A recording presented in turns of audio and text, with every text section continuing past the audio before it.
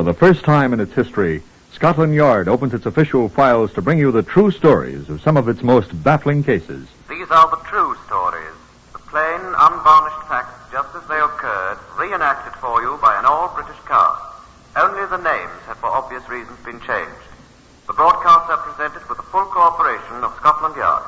Research for Whitehall-1212 comes from Percy Hoskins, chief crime reporter of the London Daily Express.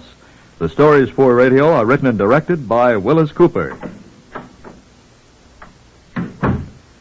Now here is the custodian of Scotland Yard's famous Black Museum, Chief Superintendent John Davidson. Good afternoon. Now here is what rejoiced under the name of a wireless set. Doesn't look a great deal like one, does it? As a matter of fact, I never did hear that this wireless set ever brought in any programs. Of course, it's true that there were no radio programs for it to bring in when it was constructed. But I never heard that it brought in any wireless messages either, although I'm told that there were plenty of them. No, I'm afraid this invention was completed with the sole intention of selling it, whether it worked or not. And it is true also that it did something. It helped start a man on his way to the hangman. You see, he was a murderer as well as an inventor. I shall ask Inspector George Wells, who knew him quite well, to tell you about him. Yes, I knew him. Tom Adamson, though, the first time I ever heard of him was when he died. I mean to say I never knew him when he was alive, and I never saw the man, but I got quite well acquainted with Tom and his habits, of course. I must agree that that's not uncommon with many of the professional acquaintances of a man in my job. They're either dead when you run across them, or sometimes dead soon afterward. Tom Adamson was an innkeeper. He had the Blue Anchor at Byfleet many years ago. Tom was what might be described as a hearty man. He was a hearty eater, a hearty drinker, and a good companion. He had a wife, Nancy, who survived him for several years. Tom had a good deal of money, too, at one time, although there wasn't a great deal left when he died, and Nancy spent that in various ways. They sent me to Byfleet from Scotland Yard one night at the end of March in 1924. A chap named Harry Coombs, a newspaper man I knew in London, was sitting there when I came in. "Oh, Coombs," I said, "what are you doing here?" I heard an innkeeper had been poisoned, Inspector. Such a difference from the usual state of affairs, they thought it'd make a good story, so they sent me up. You here for the same thing? Do you think there'll be any necessity for me now you're here, old boy? Well, that's quite sporting of you, sir. But stay, do. Thank you. I'll let you see my notes. Good. Innkeeper seemed to be a good fellow by all I heard. Liked by everyone. Who poisoned him, then? I haven't found out yet. Let you know when I do, though. Excuse me, I've got to see a Superintendent Brady. He's having a supper. I'll tell you all about it. I know more than he does anyway.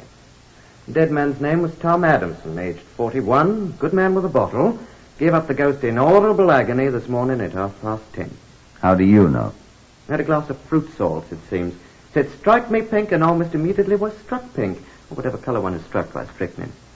Strychnine? That's what the medical gentleman said. How do you know? Superintendent Brady told me, and the medical gentleman name of Auchincloss. Auchincloss? Auchincloss. Oh. He also confided in me. Better listen to me. The superintendent is at this moment up to his eyebrows in bubble and squeak, or something equally horrible, and won't talk. Can't talk with his mouth full. You say strychnine in the fruit salts? That's so I don't know. There's never been any in the fruit salts I've drunk, and I've consumed my share of the nasty stuff. Although I must agree, as I said before, that fruit salt is an excellent remedy for the morning after. That was the purpose for which the late lamented drank his. Oh. Seems there was rather a celebration at the Blue Anchor last night for the landlord's 41st birthday. It was also his last. Man cometh forth like a flower and is cut down. I've heard that somewhere. Is that what happened? Isn't the super in there? He's eating his supper, remember? Bubble and squeak. You'll need fruit salts, too, preferably without strychnine.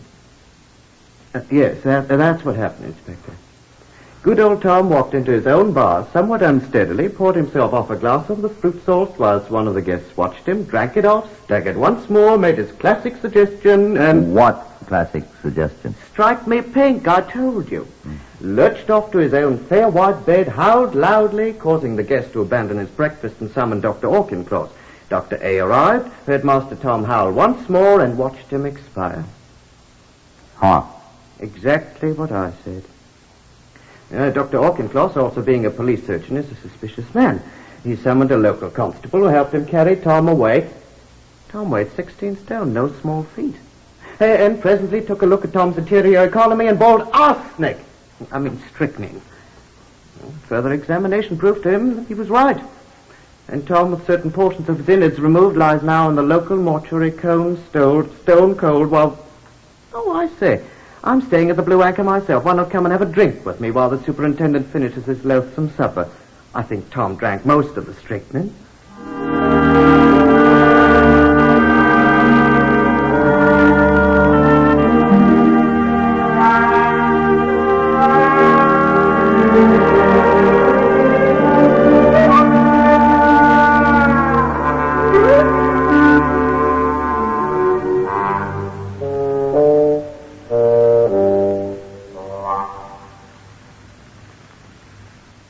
I declined Mr. Coombs' offer with some degree of alacrity. It was obvious that he had been looking on the contents of the Blue Anchor's bar without fear of either fruit salt or strychnine.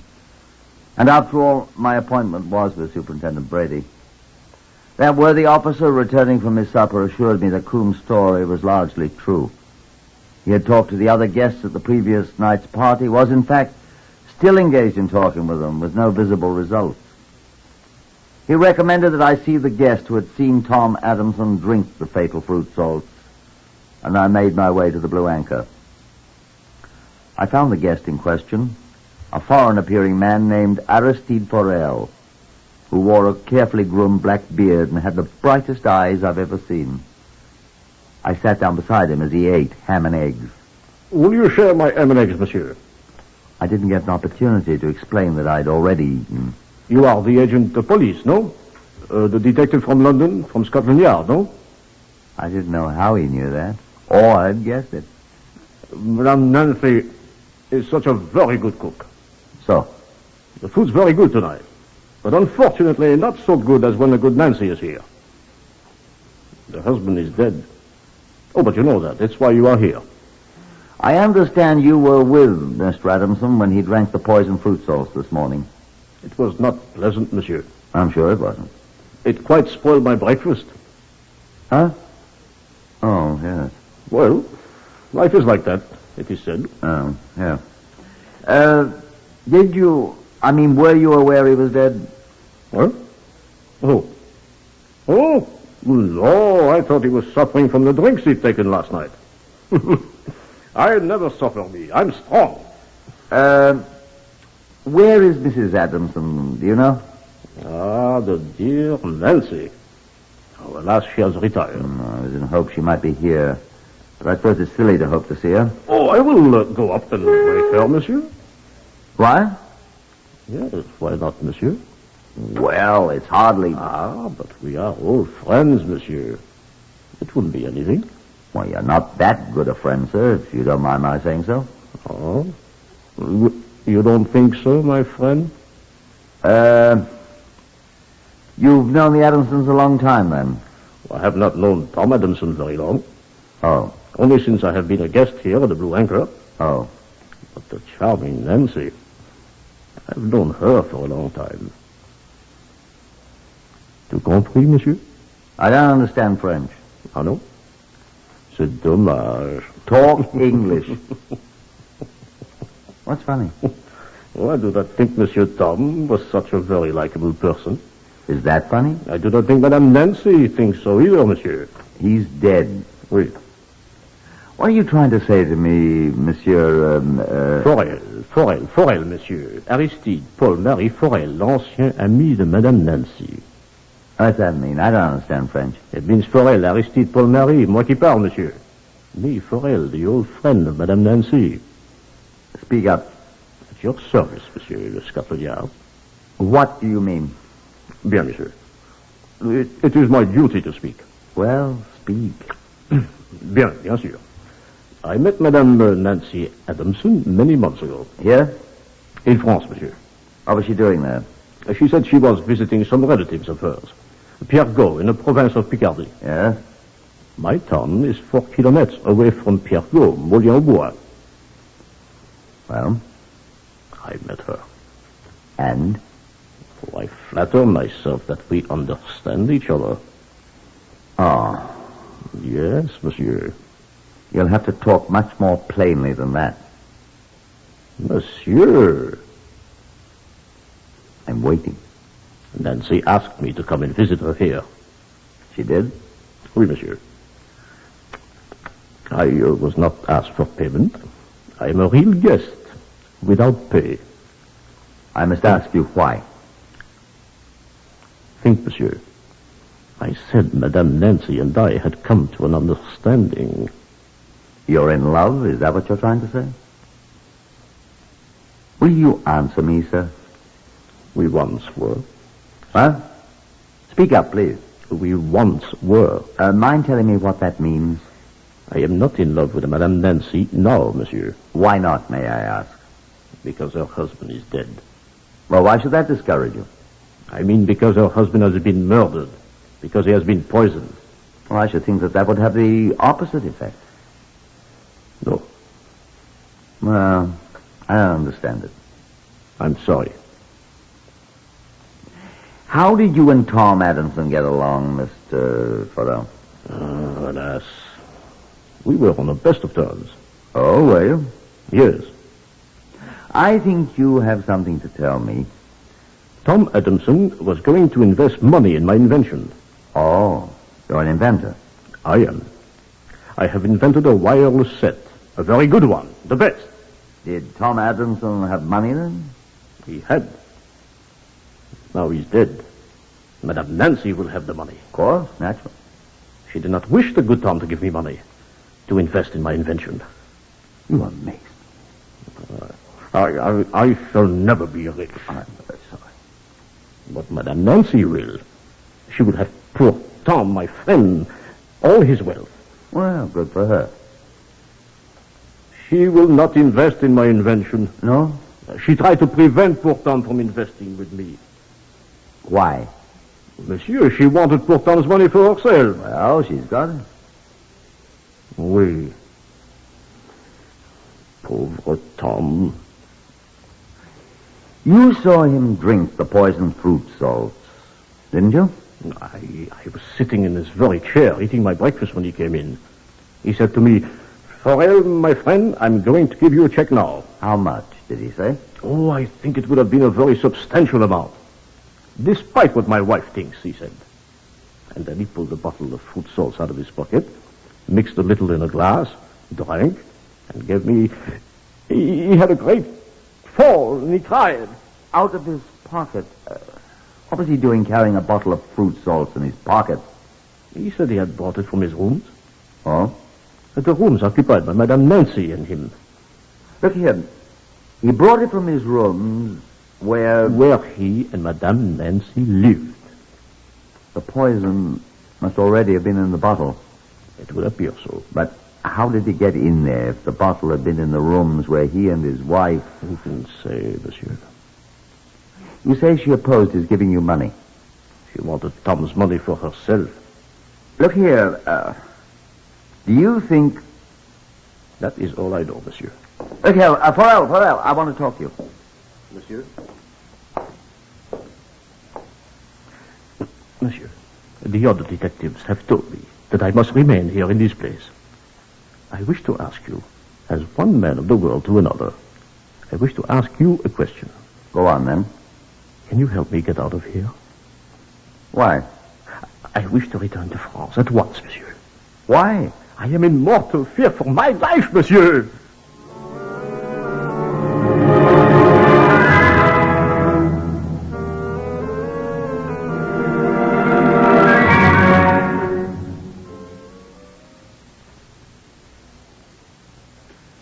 The bearded little inventor had put a new thought into my mind.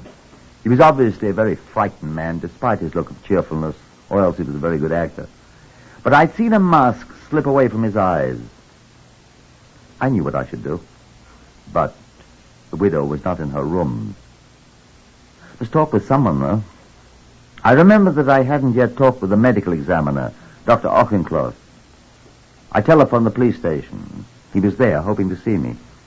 And he came at once to the Blue Anchor. "Good evening, Dr. Auchincloss," I said as he sat down. Good evening, sir. I had hoped that you could afford a little time with me, at least. I'm sorry, sir. I haven't had an opportunity to see anyone official yet. I've been very busy. You've had your supper. Yes. Thank you. I've had mine, too. Superintendent Brady and I were waiting for you. I'm sorry, sir. No matter. I've been speaking with the man who saw Adamson take the drink of the fruit salts, the one that apparently killed him. A strange little man. He's been here for some time. Yes, he goes to London occasionally on business for some invention or other of his, but he's been here for some time. I know about the invention. Did you know about Nancy Adamson, too? He mentioned her. The Frenchman's been here as a guest of Nancy's. He met her in France. He told me.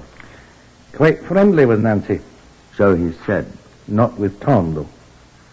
I gathered he was. Wasn't Adamson going to invest in some invention of the man's? Tom wouldn't invest in anything, not even non-paying guests. No. He's a friend of Nancy's. Well, I must check into that. Yes. What about the poison?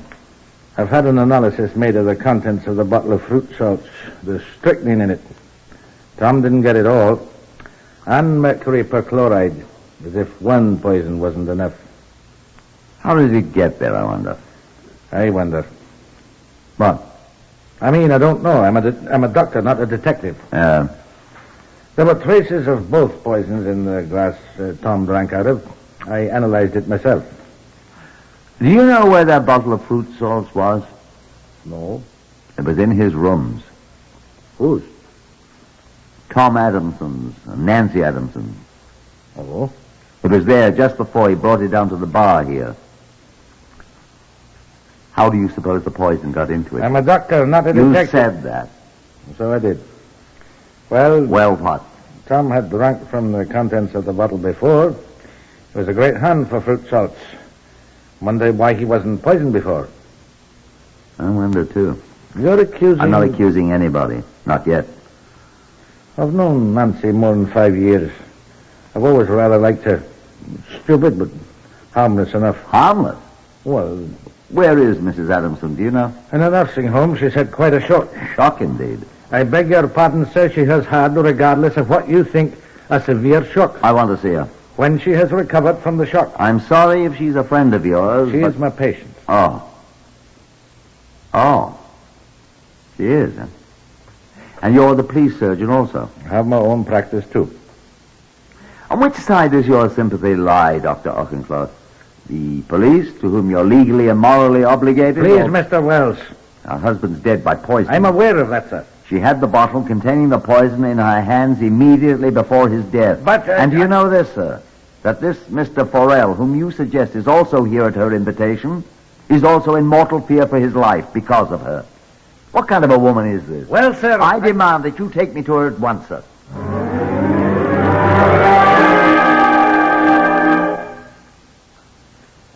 You are listening to Whitehall-1212, to another true story taken from the official files of Scotland Yard. Whitehall-1212 is researched by Percy Hoskins of the London Daily Express, and the stories for radio are written and directed by Willis Cooper. In this story, that of the case of the poisoned innkeeper of Byfleet, Inspector Wells of Scotland Yard has just demanded that he be permitted to see the woman about whom he has heard a strange story, the wife of the murdered man. The inspector speaks.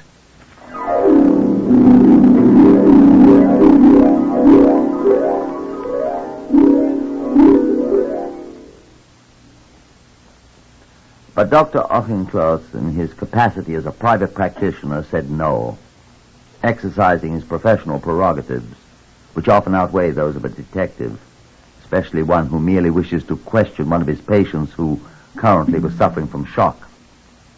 I'll say nothing about his regard for his patients, which he had mentioned. Perforce, I had to give up for the moment, and I went sulkily to bed. Walking for my health in the spacious yard of the Blue Anchor the next morning, I ran head-on into my reporter friend Coombs. Coombs was brandishing a camera. Well, Inspector. Well met, old fellow. Morning. Oh, just up. I've been up since the crack of dawn. Didn't know you were a photographer. Oh, the best, old boy. A genuine master of lens, shutter, and whatever else there is in this thing. Film, possibly. How interesting. Oh, it makes me ever so much more valuable to my devoted employers, they tell me. Stand, sir. I'll have your portrait. Thanks, I don't like being photographed. Oh, quite all right, sir. I shall not publish it. A smile, if you please. Now, look at the bird. No, I say. Quite still. There you are. I'll send you a print gratis, and if you want more, which of course you will, they can be supplied at our usual professional rate. Did you take my picture? Yours and that of another distinguished individual a moment before you. He posed quite nicely. I thought his beard was most expressive. Pity you haven't a beard, Inspector. Who? None other than our distinguished... Oh, I mustn't repeat myself. Our scientist, our inventor, Monsieur Forel. Oh. I'm sending it to my paper along with assorted views of the quaint yard of the Blue Anchor, scene of the tragedy, and other interesting scenes in and around Byfleet. Monsieur Forel is an important personage in this murder. He is the witness of good old Tom's untimely taking off. I set the fly, I saw him die with my little eye. Although it's true that Monsieur Forel resembles a beetle rather than a fly. Ah, there comes the excellent Dr. Auchincloss with a fair companion. I must photograph them. Oh, dear, there's no more film. Oh, well, another time then. Anyhow, excuse me, I must get these films off in the Morning Post. The presses are waiting. Oh, my goodness, look at the fair companion. You know her? You don't know our fair but bereaved hostess? Who is it? Huh? Oh, it's none other than the poor dead Tom's wife, the excellent Nancy. Hi, Nancy. I'll come round and see you later. I must run. And that left me alone. Mrs. Adamson came on toward me, much to my surprise. Dr. Auchincloss stopped, watched for a moment, and then went away from there. Oh, Inspector, whatever your name is. I hear you want to see me. I gawked at her. I was that surprised. I thought the woman was in a state of shock. Here she was, and if my eyes deceived me not, it was anger that animated her, not grief and shock. She stalked across the yard toward me. No wonder the doctor ran away, I thought. And I want to see you. There's a bench there. Sit you down. Yes, well, Look now, here. madam. What's this fella been telling you? And where is he? Are you talking about Mr. Forel, madam? I am talking about that black-bearded perfume. Please, I madam. will not please. He's saying that I murdered poor Tom. That nasty little... Why, the madam, awful- please. I know please. what you want to see me for.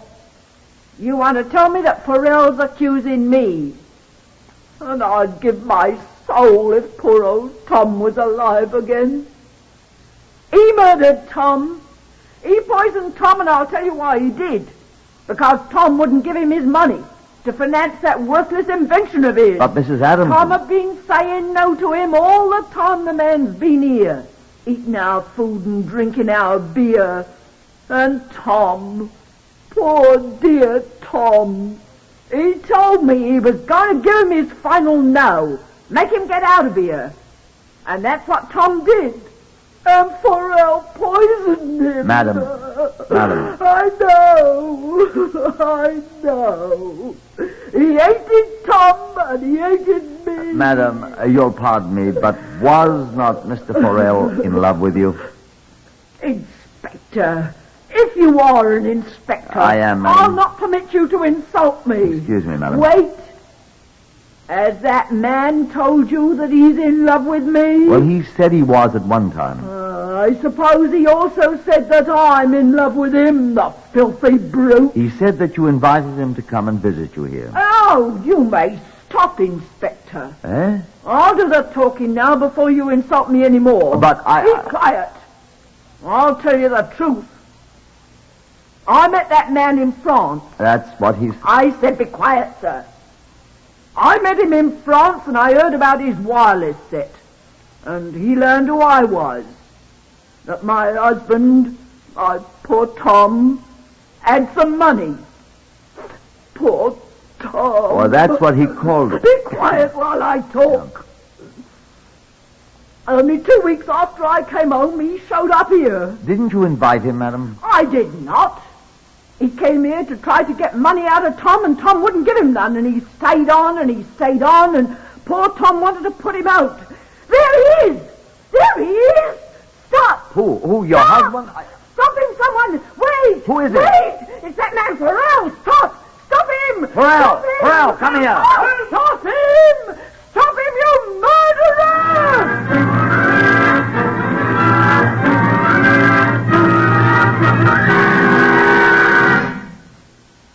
Farrell disappeared, as well he might. Mrs. Nancy Adamson fainted and was put in bed in her own room under the expert care of Dr. Auchincloss. All day long we searched the countryside for the Frenchman, but he was not to be found. I gave up about 6 o'clock, and with Mrs. Adamson safe in bed under the care of the good doctor, I sat down in the bar of the Blue Anchor for a much-needed glass of beer. I just finished my second when a telephone call was announced for me. I found the telephone with some difficulty and answered. It was from Scotland Yard in London. Is that Inspector Wells? Yes, Wells here. Look here, this is Superintendent Grove at the yard.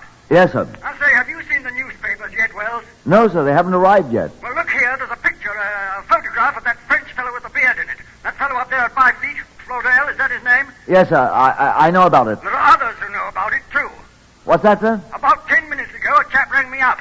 A chemist, it seems. Yes, sir? He recognized the picture of Farrell, is it? Yes, sir. He recognized him as a chap he sold something to in London here the day before this innkeeper was poisoned. What, sir? He says he sold the man some poison. What? I mean, what? Listen, will you? He says he will swear that he sold Florell a packet of strychnine and a smaller packet of mercury perchloride. I say, are you listening? Are you there? I didn't wait. I ran out, straight into the arms of Coombs, the reporter photographer, who thrust one of his newspapers into my hand. Isn't it a fine, juicy photograph? Look at his beard, Inspector. You should have heard him when he saw the vain blighter. Where did you see him? Have you seen him? Where is he? Why, he's down at the railway station waiting for the London train, of course. Do you want to see him, Inspector? I did. I found him 2 minutes before the train arrived in which he would have escaped. After he'd been arrested and brought to trial, we found out the rest of it. He told us how he had been refused money for the final time by Tom Adamson and told to get out. He saw Tom reach for the bottle of fruit salts. Tom had always kept in a drawer back of his bar, not in his own quarters, incidentally. And he had offered to mix Tom his pick-me-up, surreptitiously adding the contents of the 2 packets of poison he had bought, of all things in London, to use in improving his wireless set. How, I don't know. The wireless set never did work. And we gave it to John Davidson at the Black Museum. Farrell, he was convicted of murder. And the hangman was very careful to lift his beard so that he could get the rope under it.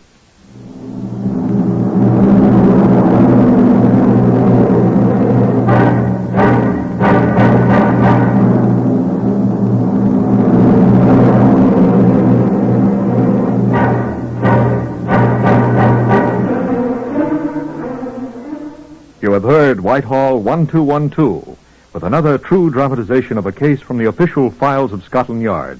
Heard today Horace Braham as Inspector Wells. Others in the order of their appearance: Harvey Hayes, Lester Fletcher, Francois Grimard, Guy Spall, Catherine Hines, and Carl Howard. Lionel Rico speaking. Whitehall-1212 is written and directed by Willis Cooper. This is NBC, the National Broadcasting Company.